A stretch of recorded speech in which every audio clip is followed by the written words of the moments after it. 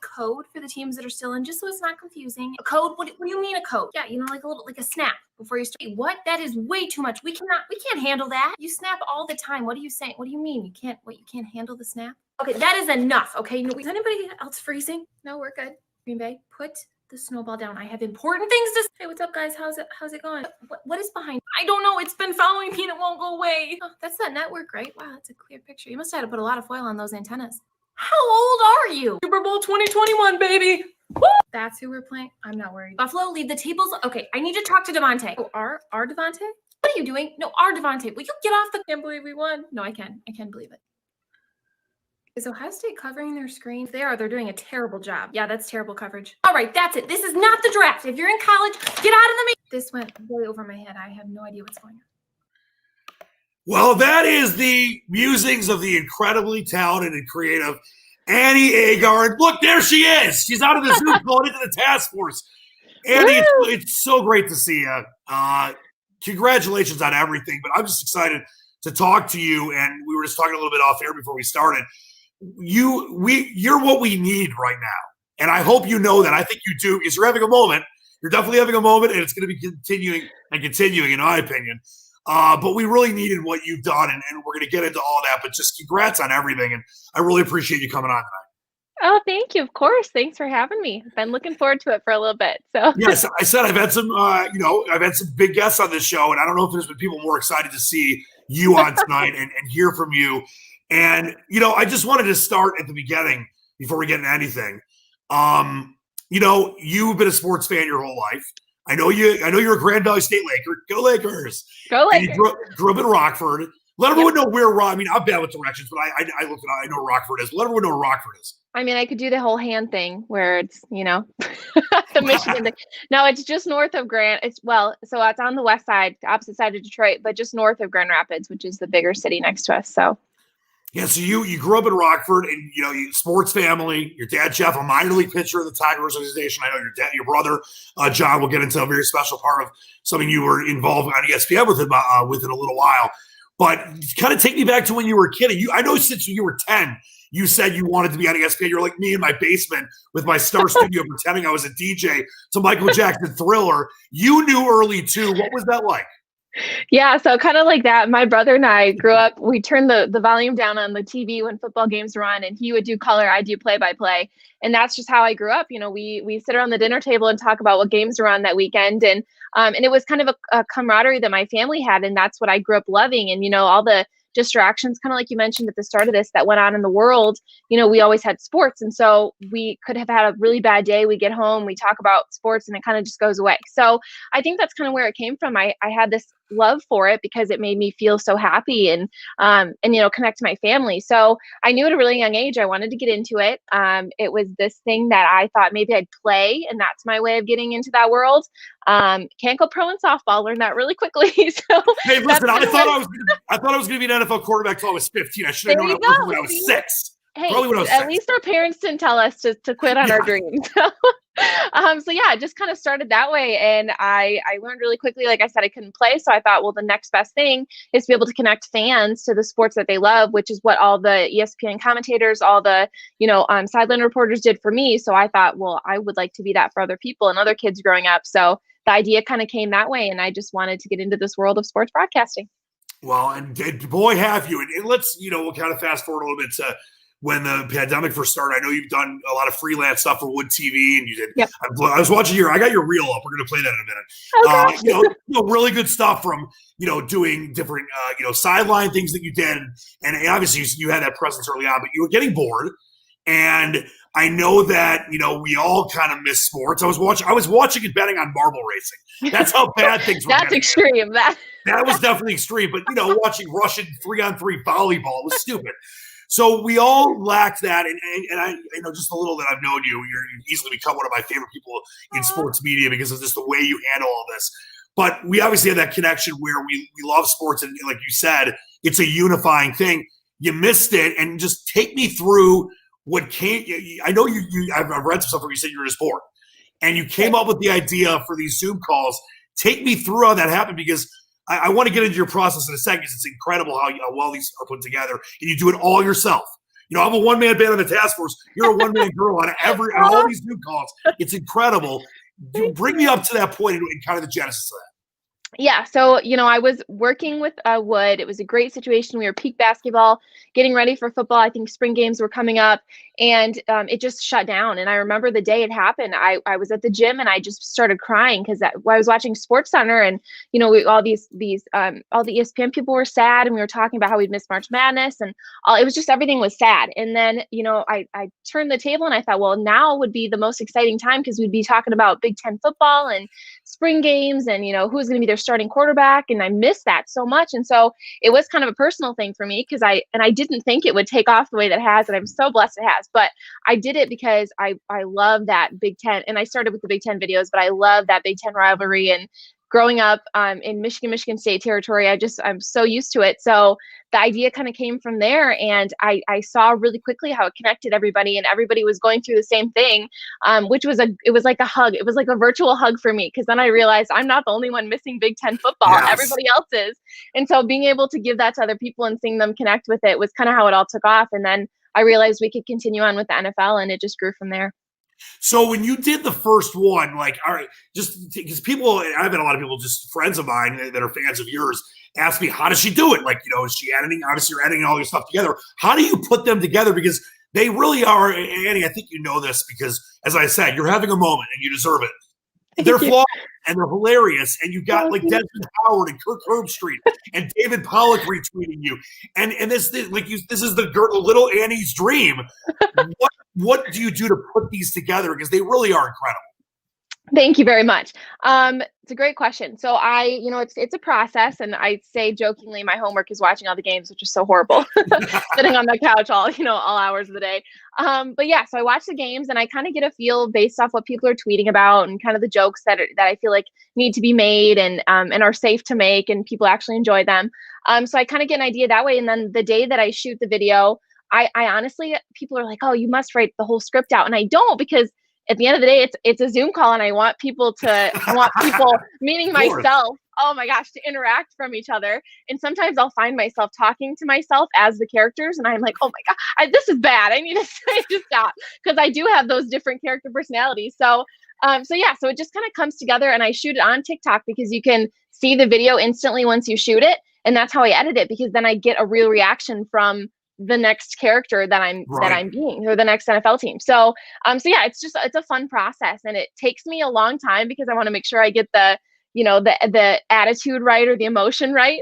But it's hilarious to watch, and I want to do a behind the scenes video because it's literally me standing in my bedroom right here, facing my ring light, talking into it like I'm super animated and emotional. It's got to look hilarious. Amazing. My poor neighbors probably want to move, but it's been a lot of fun. What's this girl doing? But it's obviously really cool. My multiple personalities, yeah. How long would you say, I'm sure they're different each time, but how long would you say the average is as far as and once again, I got to say this, I am terrible with editing. I learned it in college. My professors in Eastern Michigan were the best. They put up with me forever with that stuff because I was good at other things, but not that. What you do is not easy. And I know it definitely takes time, aside from the creative part, but how long would you say that takes? It depends on the video, kind of like you said, but usually, the thought process takes a couple hours to get up, the right ideas and figure out what teams I want to incorporate. And then before, I was lucky enough to have the NFL send me some gear. I would print off all the logos. And so putting the logos and figuring out which teams I wanted in, getting the logos cut out, gluing them on took another hour. So it's been a process, but the editing, once the video shot, and the editing takes a little while. The other day, the video you showed at the beginning of the show, I started around 10 o'clock and I finished it around 3, and then put it out. And then it's a couple hours of making sure it's on every social media. And, if people retweet it, making sure I notice their comments and their retweets and thanking them. So it's a process. It takes, a day. I kind of lock out my day to worry about it, to get it out there. But it's just so fun at the end of the day too. No, it really is. It's one of these things, Annie, as we were watching it again, whether it's the Big Ten, NFL, it's just so on par. I was reading the great article Newsday did on you, and, they're talking about the Jets, and you definitely, peg the Jets to a T, peg the Lions and Michigan and all that stuff. Yeah. And that's the other thing. What kind of discounts are you getting from all these shirts and jerseys you're buying? You got to have some kind of NFL shop code or something. Oh my, yeah, it's my room. If you could see my room right now, I have a rack of all the NFL shirts that I have. which it's amazing because I absolutely I just love it. But yeah, it's been a lot of fun, and I'll put out videos on TikTok, and people will tag their NFL teams, and NFL teams are really good at commenting back on TikTok. Oh, yeah. But I posted a video last night. I gotten a couple new jerseys, and the Seahawks mascot commented back actually, and he said, "Well, where's Seattle's jersey?" And I said, really, kind of probably shouldn't, but I said, "Oh, it's in the mail. I hope it doesn't get intercepted." He did not find that as funny as I thought I did, but a lot of other people did. But that was stuff hilarious. like that, it just brings people together too, to see their jersey on, and it's not even like I don't have to be a fan of them, but I'm representing them. So I try and do it in a really classy and hopefully the right way, and they seem to like it. So I'll keep getting jerseys. Yeah, it's one of the many reasons what you do works, because you do it in the right way. It's like we're Lions fans, SOL, all that stuff. We can laugh at ourselves, but it's always you're doing it with respect. And I loved your tweet. I think it was from today or yesterday, where you said you had a joke about the Steelers coming up in the upcoming Zoom call, but you think it's going to go over everyone's head. That was just perfect. I mean, that's why it's not ever being spirited for you. It's just funny. Thank you. Yeah, that's what I try to never have anybody say, well, she didn't get it right, or she was mean, because I mean, at the end of the day, we're all mean to everybody else's teams, right? It's the community of the NFL, so it's just fun to poke fun at. There you go. Annie's definitely one of my favorite people to watch on social media. You got people like that weighing in all the time. Jason wants me to ask you, now that you are, I know it must be surreal at times, but you are an influencer. And I did see, I think I saw one thing you were repping the other day. Are brands approaching you? And I know you got a power agent, which is, I liked reading in that because I have an agent, not a power agent. So that must be nice. Are they approaching you? Because obviously you're very, very popular. Thank you. Yeah, they are. And it's been so great to have. So Wasserman and my agent, Debbie, I signed on with her when this all kind of took off. And it's just been unbelievably helpful to have someone because I was new to all this. And as fun as it was, I wanted to make sure I didn't miss opportunities and I made it my job. And so she's been instrumental in figuring out what brands are good to represent me and what brands I feel comfortable representing. Because at the end of the day, it's still, my brand, and I want to give fans and my followers what they want, but do it in kind of a fun way where, I can make a job out of this and make a living out of it, but not, look like I'm not giving the followers what they still want. So it's been a fine line, and hopefully I'm able to find that, but it's been great so far. And the brands have been super understanding and really fun to work with. And yeah, I did one with 6 Star, and they do a lot of stuff with TJ Watt. So that was really fun to kind of have that community with them, and knowing that he's affiliated with it too was a lot of fun. Yeah, it's a good problem to have, isn't it? When you got lots of people that are coming after you in a good way to have you rep their products. So let's talk about, back in May, you've done a lot of incredible ones, but they're all incredible in my opinion. This is the one that really got it going. I'm at 2.5 million views right now. So this is when I first saw your stuff. Like I actually had seen some of your freelance stuff from Wood TV because I watch all the different stations, and I was talking to you off air that I'd met some people that have covered lines and stuff from Wood TV. It's a really, really good station. And you had been doing freelance for them, and then this came out, and that's when I first saw it. Someone shared it with me, and I'm like, this girl's phenomenal. Like, it's just hilarious. You pegged the Big Ten. When you put this up, I know everyone says, and I never, like you said, and I totally believe you that you didn't expect it to blow up the way it did. But when it did, what was that like? Oh, it was unbelievable. Yeah, I put it on TikTok, and it gotten a lot. And I just was learning TikTok because I'm a millennial. I didn't know what I was doing. My little sister made a lot of fun of me, but was new to TikTok, and it got some traction on TikTok. And then somebody had actually tweeted it out, and didn't tag me because they didn't know me, which was fine. I wasn't expecting that at all. But then people, all of a sudden, I got tagged in a bunch of comments, and then shared it on my page, and it just blew up from there. And that was unbelievably shocking to me, because like I said, I knew other people were feeling the same way, but to have 2.5 million people see it and kind of associate with it was unreal. And I always, my parents, have never told us that we can't do anything that kind of relates to my brother, which I'm sure we'll get into, but they never said, because I told them at a young age, I said, I want to impact people. I know what I want to do, and I know what I'm good at, but I didn't know how to put the two together, and it just kind of all came full circle this year. And I never a doubt in my mind that I wasn't gonna get to where I want to be, and this is the road to get where I want to go. And so to have people kind of give me that feedback, the positive reassurance that, hey, this is what we want to see, was just so gratifying and really made me feel like I'm doing what I want to do. Yeah, one of the coolest things about that is, we all in this business, and it's a crazy business. It's a great one, and I love it, but it's crazy, and it can be cutthroat. we all try to find that big break and that way to get through. The fact that you were able to do it the way you did, and this is what I told you before we started, what I've told you, what we've been talking the last several weeks, is that I just have such respect for it because it's just organic and it's real. You weren't trying to do something to make this splash. You just wanted to have fun. And isn't that the way that it should be? Because that seems to be, there's people that get famous from reality shows and because they get caught in crazy situations. I won't get into the specifics about that, but you know what I mean? Right. But then there's someone like you that breathes this fresh air, this incredible breath of fresh air into this terrible situation. And that's why I know so many people are cheering for you. That's why I think you have an incredible amount of not just fans, but in the media fans that really want you to succeed, which, like you said, having this agent and having all the companies come after you, it's going to happen. It's just a matter of what you choose to do. It must be nice. I'd love to have a choose your own adventure like you do, but you've earned it, Annie. And I think that's an important message for a lot of people. I know a lot of people watching this show and that have watched my shows are people that want to get into the business.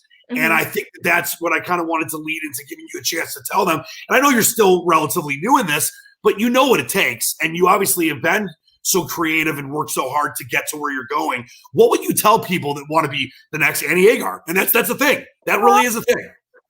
That is a great question. I'm flattered. So it kind of goes back to when I was, before the pandemic started, I was looking to get a job because, like you said, I was a freelance reporter, and I was at a really, tough place because I love wood and I love working there, but I needed that next step, that full-time gig. And I was looking at places in different states, and my family situation would have been really hard to move away, and I was really struggling with what to do. And for the longest time, I thought, the road to get to where I wanted, which was ESPN, with some big network in sports, was to go the local news route or the local, working at a local market. And I think the biggest thing I've learned out of all this is to not have a closed mind at all, because as much as I love working in local news, I knew that there was something else that I wanted to do. And I knew that I didn't know it was going to be digital content because that never really crossed my mind. Being a creator, but I knew that I wanted it to be fun. I wanted to enjoy my days at work and not have to worry about, what I was going to cover or what content I was going to find, but still I wanted it to be sports centered. So to have an open mind and think, well, there's got to be other ways to get to where I want to go. And that's what a lot of people at the higher levels have done. I mean, look at your show, you found another way to bring content to people in a time where we were lacking content. And so it just is that opening your mind to different things and really, just being who you are. Cause like you said, I did it in a different way, and I did it because that's what I do. That's who I was. That's who you are. I didn't want to be different. So, but I wanted to be myself in a different way, but not try to push something that's different than who I am. So just sticking to who you are and kind of just having an open mind. And I'm pretty faith focused. So I always say, like, God has a plan, but if you don't work for that, God's sitting up there like, what are you doing? Get off your butt and go to work. So it's so good to hear that too, because I try, as I'm sure you're going to down the road, mentor younger people that want to get in the business. And I can only tell what's worked for me and what I think it can work for them. I never would tell them what to do specifically, because that's, like you said, it's got to be who you are. But it's so nice to hear someone like you at the kind of the younger age and working yourself into where you want to go, that says it's about finding a way to, I mean, I know you didn't say it as many words, but in my opinion, you kind of led to it, paying your dues and working your way up. And there's so many right now in our business that they want to go from like high school radio to ESPN. It just doesn't work that way. Right. And that's why I think it's so important to highlight someone like you that not just is doing something that's fun, that we all can laugh at, that we enjoy, but as I was telling you with this show that I'm doing, when the pandemic started, I knew things were going to get shut down. I wanted to connect with my listeners. I was furloughed from 97.1, where I love and am honored to work for and had for 8 years. And just like you, I wanted to try to connect. And you not only have connected with people, but you've taken it to this next level where it's like people are hanging and waiting for every video you do, and they keep getting better. Like, I know, I'm sure there was maybe a thought, I got all this attention on me. There's going to be a lot of pressure, but you keep rising to the pressure. That's a great lesson for people out there, Annie. Thank you so much. Yeah, I think that I attribute that to my parents too, because in sports, I mean, that's why it's so great to play sports at a young age, because it teaches you under pressure. You got to step up to the plate, literally. So yeah. No pun intended. Right. And yeah, that's just kind of how I grew up, thinking I just got, when it's pressure situations, you got to just, take it up a notch. So I think it's been a lot of fun with that first video coming out. I was worried giving it a little longevity. I wanted to make sure I could still give people what they wanted. And yeah, hit the NFL. I just took off with those, and people, I could tell people really wanted those. So that's just been a really a great thing to work on, and been a lot of fun. Well, listen, there's as you mentioned, a really special story about your father and your brother, and I want to get to that in a second. But first, a quick word, and I'm a Screwball, so they're a sponsor of the show. Our good friends at Screwball Peanut Butter Whiskey. A refreshingly unique taste on the world's most classic spirit. It goes down smooth with a perfectly blended finish. Anything but ordinary, and always lives up to the name. Sure, it sips a little different, and that's just who we are. Peanut butter. Screwball Whiskey, the original peanut butter whiskey. Yeah, like you're trying to traverse what companies you want to represent. I thought that Screwball were perfect for me. I don't drink with it. I'm a Screwball, so perfect. There you go. Perfect representation. I do want to. This is such a, and I remember seeing this when it premiered. How many years ago was the E60 piece? 2016, it would have been. So yeah, it was about 4 or 5 years ago. I remember seeing this about your incredible brother, John, and your dad. And there's you on the couch. That was your first time at ESPN. Little did we know you were going to become a huge star at ESPN. But what an incredible story this was, and doing the marathons. And if people don't know, your brother John was born with cerebral palsy. And just kind of, if you could, for people that haven't seen this, if they haven't watched the E60 piece, please go on YouTube. It's I'll tweet it out too, and watch this. It's incredibly inspiring. I'll be honest, Annie, I'm a very emotional guy. I cried during this when I first saw it. I cried during a lot of things, so I'm not embarrassed. But let everyone know about your brother, and you mentioned your special, connection to your father and your family and sports. But this obviously just takes it to another degree. Yeah. So as you can see, my dad, he, like you said, played in the minors for a couple of years. So he had that idea that we were going to be athletes growing up. And when they had my brother, who's he's the oldest in the family, he was born with cerebral palsy, which was a really hard thing for my mom and dad. But they, at a young age, they decided with him, it's going to be, we're going to let him grow up the way he wants to. We're not going to limit him at all. Obviously they let him know he has a disability, but that doesn't stop you from doing what you want to do. So my brother wanted to compete in sporting events and races, and he couldn't do that obviously because of his disability. But my dad said, well, hey, there's this group that does races with special needs kids. Let's get him started in that.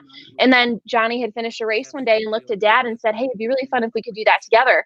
And I think that just struck a chord with my dad, and he started training. They did 5K races to start. They make a joke they got passed by a power walker. So my dad said, I think we need to train a little bit more than this, John. So they took off training, and they loved doing the races, and it was a great connecting thing. For my sister and my mom and I to see them be able to bond through a sport that they can do together is just really special. So they started doing bigger races, half marathons. And then my brother did a triathlon one day, and my dad never swam. He played baseball, so he jokes the most he ever ran was from home to first base. And if you hit a home run, you wouldn't have to run at all. So that was his goal in life, not to have to run as little as you could. So seeing Johnny do a triathlon was very intimidating, but my dad said, let's just try it. So I actually did one with my brother and my dad when we first started doing them. And then I went off to college. They took off training, and now they do Ironman races, which are extreme 17-hour long races. So my dad will pull and push my brother through the races. And they were asked to do one in Kona, Hawaii, which was a world championship race. And it's a 2-mile swim, a 140-mile bike, and then a marathon at the end of it, all pushing, 130-pound kid through the races. But the smile Johnny has, and if you watch this E60, you'll see he just lights up from it. And then as you can see here too, Johnny will get out at the end of the race, and he will walk the last mile, which is the equivalent of us kind of running a marathon because of the limits that he has on his muscles. And so it's very strenuous, but he trains just as hard as my dad does, and he'll get out and walk in his walker. We hooked up a walker to our treadmill actually in the other room so that he could train during COVID because the gyms weren't open. So it's just been great to see. And I attribute a lot of my, motivation to him because he wakes up every morning, has a ton of limitations, can't get dressed, can't get out of bed by himself. Sometimes we have to help feed him, but never has a frown on his face. I mean, he's the happiest kid. He's got the most faith and just is very positive for me to see every day. So to see him kind of be able to, overcome the obstacles that he has makes me think, well, what do I have to complain about? Right. Which is another level of hopefully bringing humor to people in darker times, because I see all these people, saying this is just the worst. We have so many, which is understandable. I don't know what's going on in their lives, but there are so many other people out there that are struggling too. So if we can all just come together and be happy instead of getting each other down, I think that's a really uplifting thing. So long-winded, but that's why, I have this. Annie, that was beautifully said. You can be as long-winded as you want with something that special. It really is. It's an inspirational story, and I can only imagine, as proud of you, and I remember this piece and watching this and watching you be a part of it, as proud of you, of them you are, and cheering on your brother and all the things that he's been able to do, and battling just a terrible disease, but rising above it. I know they're just as proud of you. I mean, what is kids feeling about seeing you on like ESPN and Freeform and millions of views? He's got to be, and your dad, of course, about too. But they just got to be so incredibly proud of you. It really is, yeah. This is what I've been working for so long, and they see it every day. Other people might not, and we tend to put the happy things on social media and not all the hard work. But Right. I've worked really hard and sacrificed a lot and still tried to stay close to my family, because I do like to help out a lot with Johnny. My parents do so much for us that I like to try and give them a break when I can. So trying to stay close to home, balancing everything. So I think for them to see all this pay off was, I'm getting emotional thinking about it. It was a lot of work put into it. So I think they're very happy. I'm like Roy Firestone on the task force. You cry sometimes. I prided myself in not crying too. And the ESPN people came to do that E60 piece, and I told them, I don't cry. I'm not going to cry. I was like, I'm not going to cry, Roy. and the first question bawled my eyes out. I was like, yep, okay. It's tears going. It's such a special story, though, that I told you I cried. I know a ton of people did. And once again, if people have not seen it, please go to YouTube. It's under Johnny Agar and E60. I'll tweet it out later after the show, Annie. And I've got a lot of respect for you in many ways, but that just furthers it, and for your family. And I hope they get a chance to watch this and know that there are so many people that I remember when that aired that, I talked about it on one of my radio shows, and just such an inspirational thing for people in all walks of life, whether they have a disease or an illness, or maybe someone that, I'm almost 10 years sober. So I talk to a lot of people about recovery and thank you. And going through, the issues that addiction can bring. Depression's a huge thing in this country, but it's people like you, Annie, with the creativity and the humor and that kind of a story too on your family side, that will show people that they're not alone, that they can live the life that they want to live, and they can live it with a smile on their face when they see someone like your brother that's doing triathlons with cerebral palsy. It's incredible. Like it's a mic drop, and it's not like you're bragging. It's just a mic drop, and what you're trying to do in your career is furthering that kind of, motivation that your brother and parents have shown. And I have a lot of respect for that. I know a lot of people do as well. Oh, thank you so much. That means a lot. That's very sweet. It's like I said, you were on ESPN once. Now you're on again. You did Freeform for the NFL. Remember when we talked last week? You're like, all right, I'm really busy this week. Next week's work perfect. I'm like, thank God she's busy. But you were doing Freeform wildcard stuff. Tell me what that was like, because I was very, very impressed and proud to see that for you. Thank you. It was so much fun. It was, with Maria Taylor and Jesse Palmer, and I love Maria Taylor, one of my idols. I just love how she handles herself, and she's hilarious because she'll talk with the guys like she's one of the guys, and that's what I usually am trying to do, or how I usually talk. So just really cool to talk with her, and it was it's starstruck for a really big time during that whole Freeform part, because she said my name, and I'm sitting there and they're asking me questions. I'm like, Maria Taylor just said my name. So it took me a second to catch my breath on that, but it was so fun. And I was on with Jeff Goldman and Katie Florence, who's another, she's an influencer on TikTok, super sweet. And so it was just a lot of fun being on with them. And it was fun, it was super lighthearted, and it's kind of that community thing again, trying to bring people together and get them interested in the games. And it was very complicated trying to watch the game and be on at the same time, because I know we were trying to talk, but I'm like, guys, this is a big game. And there happened to be an interception at the end of the game. I saw that. So I was like, am I allowed to scream? Can I do this right now? It's very fun though. Well, and listen, you mentioned, that you're strong in your faith, and I have a lot of respect for that. And I know a lot of people watching feel the same way in their lives. But as you have this, kind of rise, this meteoric rise that I know is going to keep going for you, and well-deserved because of the creativity and passion and heart you have and love of sports. What is that helped you keep yourself grounded? Because things, a lot of times when people, rise, it does happen fast. And unfortunately, sometimes, I know for me, not that I was even close to the level you were at, but, when I started getting, a little successful when I was younger, as I mentioned, I was having addiction issues. I had to kind of back away, or I could have lost everything. For you, it just seems like you're so grounded and so just aware of what's going on. Thank you. Yeah, I mean, it definitely does because there are so many, when this first started, so many questions. And I'm a big overthinker. So every tweet, I was constantly overthinking, well, is Right. this, part of my image? What if people don't like this? What if they don't find it funny? And then it always came back to, well, what does your faith say? And who are you as a person? If you find it funny, then that's who you are, then hopefully other people will too. So it's just been really helpful for people who overthink a lot, like myself, then just to have kind of that voice in the back of your head saying, okay, like I will keep you grounded. This is who you are. And it's helped with posts and, this image. I want to be, like I said, stay classy and be able to represent teams. And it's not so much about me anymore. It's about the followers that I'm trying to bring good content to. So it's definitely, like you said, I kind of had to take a step back and think, okay, I used to post for myself, but now I'm posting for other people. So there's more, there's more on the table and more that I have to kind of keep respectable about it. So yeah, having a faith has just kept me really grounded and made me remember who I am, I think, through all of it. And hopefully if and when, I'll try and be positive here, if and when it keeps growing, that it will still be that way, hopefully when things open up again and I'll be able to, make contact with people and gain a bigger following or bigger community, I'll still remember, who I am at the center of it all.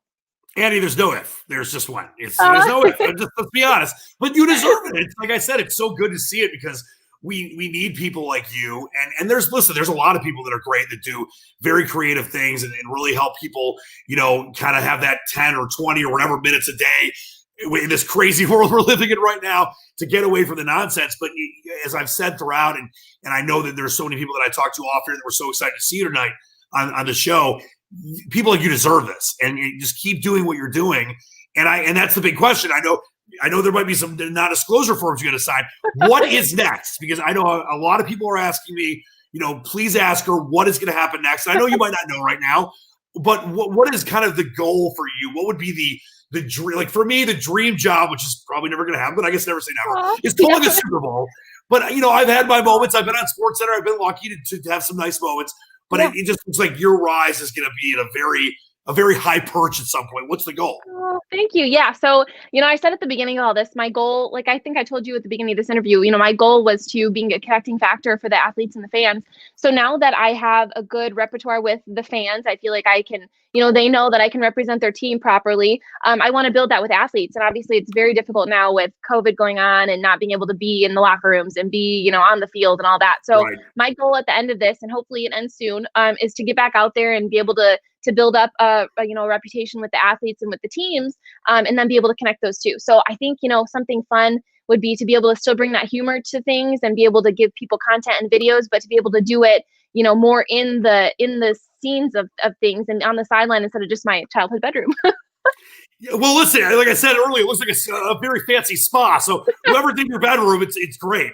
Now, speaking of getting back out there, I promised you I'd show this because I think it's fascinating. And obviously, we all need demo tapes, but I don't really think you need one anymore because I think you've already proven your abilities here. But here's some Annie Agar. This is, the red carpet of the NFL draft. That was the draft. That was so fun. Oh, that was you got like an Oscar type dress on. There's game day. And then I know you worked in some of the Zoom calls too. This is quite the demo, Annie. Thank you very much. Yeah, it was a lot of fun, a lot of work. Covering game day was like a 20-hour day. So that was a lot of fun, but I was pretty tired at the end of that. But these are great too to look back on and think, oh, I forgot I even covered those. It's just so fun. Did you are you still doing stuff freelance for Wood TV, or have you kind of paused that, or? We are. Football just picked up, as you know, in Michigan again, high school football. Right. So I was out last weekend covering Muskegon. And we'll cover, the quarterfinals coming up here, or the semifinals, sorry, and then the finals.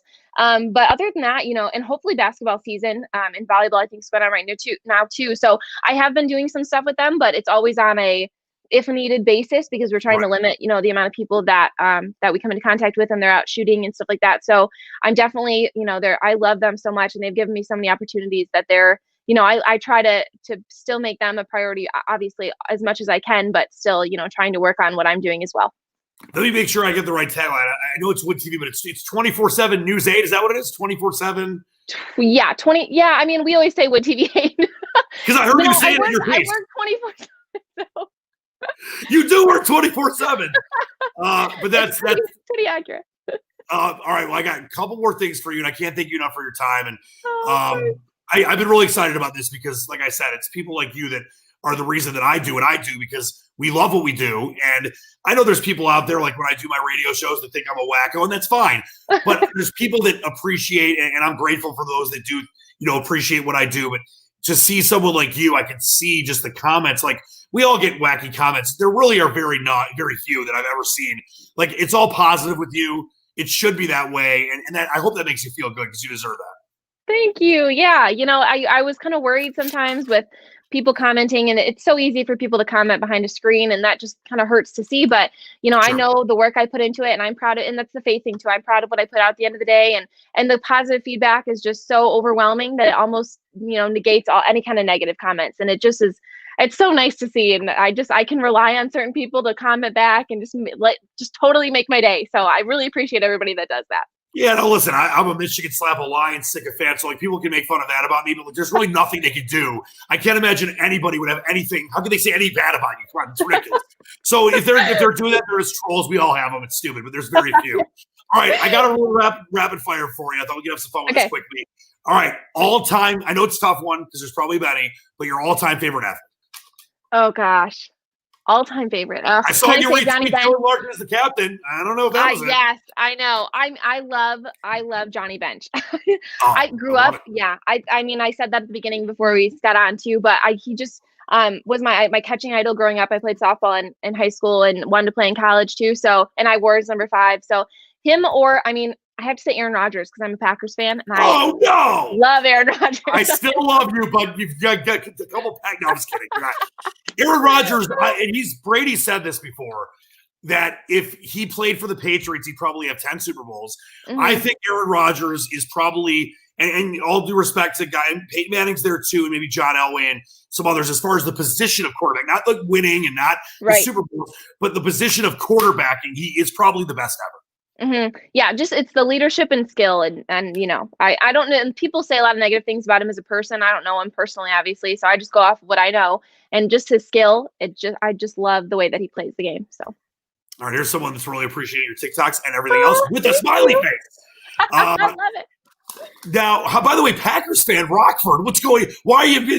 My friend Dave Rieger, a former co-host of the show, he's a traitor. He's a Broncos fan. What's up with you're just smart because you're not a Lions fan, I guess. Well, so I grew up real quick to answer that question. My best friend was all her family was from Wisconsin growing up. And when I was super young, I was, in middle school, maybe a little older, I'd go over to her house on the weekends, and I learned really quickly that her family doesn't cry every Sunday. So I'm like, well, that's weird. And then I figured out why. And I'm like, I need to be a Packers fan. This is a lot happier over here. All right. I cannot say anything bad about that. I will never change because I'm crazy. And I was singing forward down the field when I was like in the womb. And I started going to games when I was like 4. I will never stop being a Lions fan, but it's the definition of insanity. I keep banging my head against the wall and expecting a different result. Maybe this is the time finally. You guys say that all the time, but it's okay. I know. Thanks, Cubs fans. There's always next year. We do say it all the times. And all you do is wear cheese and win Super Bowls. Rodgers should have more than one, though. Let's be honest. He should, yeah. All right, another tough question.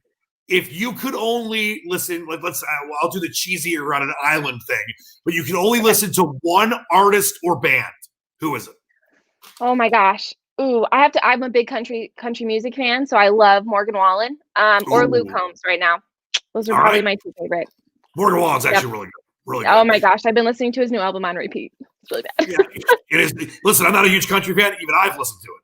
There you go. Perfect. I will say this. You're starting to be able to do a lot of different things. So maybe you've crossed some of them off, pre-pandemic. But what is on your sports bucket list? If there's 1 or 2 things. Like, I'll tell you, I've still never been to an Olympics. It kills me. I was supposed to go to Atlanta in '96. It was a graduation present.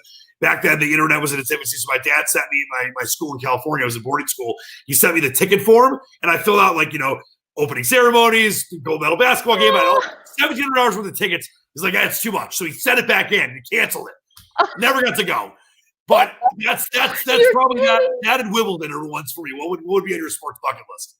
It's either go to or cover. Well, yeah. Okay. So the draft we saw in my reel, the draft is you should see me on draft. I should take pictures of it. This NFL draft. I will have my mock drafts ready. I'll have my computer. I'll be listening to a podcast or, whoever's talking and watching. I love the draft. So being able to cover it was unreal. I think that's the coolest thing I've done in my career so far. So now I think the next, I love the NFL and college football. So Super Bowl would be, I mean, I'm sure that's what everybody else says, but covering a Super Bowl or being there in some aspect, being able to work it in some aspect would be unbelievable. Something tells me you're going to be in the next Super Bowl as long as the COVID thing is. I'm almost positive. And I've been lucky enough to cover 5. There's nothing like it. It is just, and I can see you. Like, media days become stupid, but you would be perfect for media day because you would actually handle it the right way. You wouldn't be dressed up as a clown or asking ridiculous porn questions. So I'm telling you, you are going to be in the Super Bowl next year. Great answer, by the way. All right, all-time favorite movie. Oh my God! I know it's not going to be Dirty Dancing, so I know it's not going to be the typical girl answer. Okay, I have to say either. So I love National Treasure. I don't know why, but I can quote them like the back of my hand. Love National Treasure, and I love Miracle. Miracle is probably the movie that my family will put on. If it's on TV, we'll watch it. Even if we watch it the past 5 nights in a row, we always watch Miracle, and we constantly quote lines from it all the time, like in their accents too. So I'll say something to my mom. I'll be like, "Oh, is that all right with you, mother?" Like all the time. Stuff in that movie all the time. It's terrible. So those are the 2. If I had to pick 2, those would be it for sure. Now, of course, nothing funny about what happened last week. But the only thing that made me laugh was, I don't know if you saw the meme of Nicolas Cage trying to steal the Declaration of Independence during the freaking ride. That was the one thing. I needed that laugh. That was hilarious. Right. All right, and last one for you. We kind of talked about this, but I want to kind of further it a little more. If you had the ability to name, maybe you will be because you're pretty popular.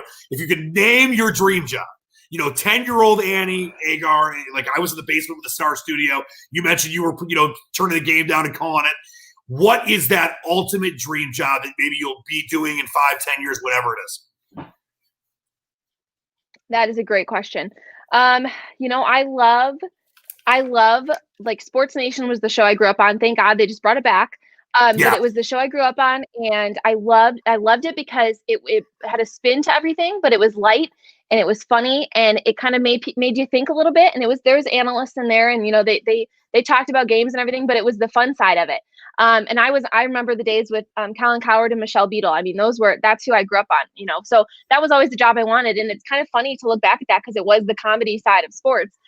So I think doing something like that would be a lot of fun, but I want it to be more personal and maybe have on athletes or, make it a little bit, because like I said, it's that connecting thing. So the more impersonal the more in person I can be with athletes and fans, and maybe bring those 2 together in some way and have a show about it, or some sort of podcast or something like that. That's kind of where I'm headed, I think, and kind of what I'd like to do. Oh, well, you're headed into some very special places, and I can't thank you enough. It's been so much fun.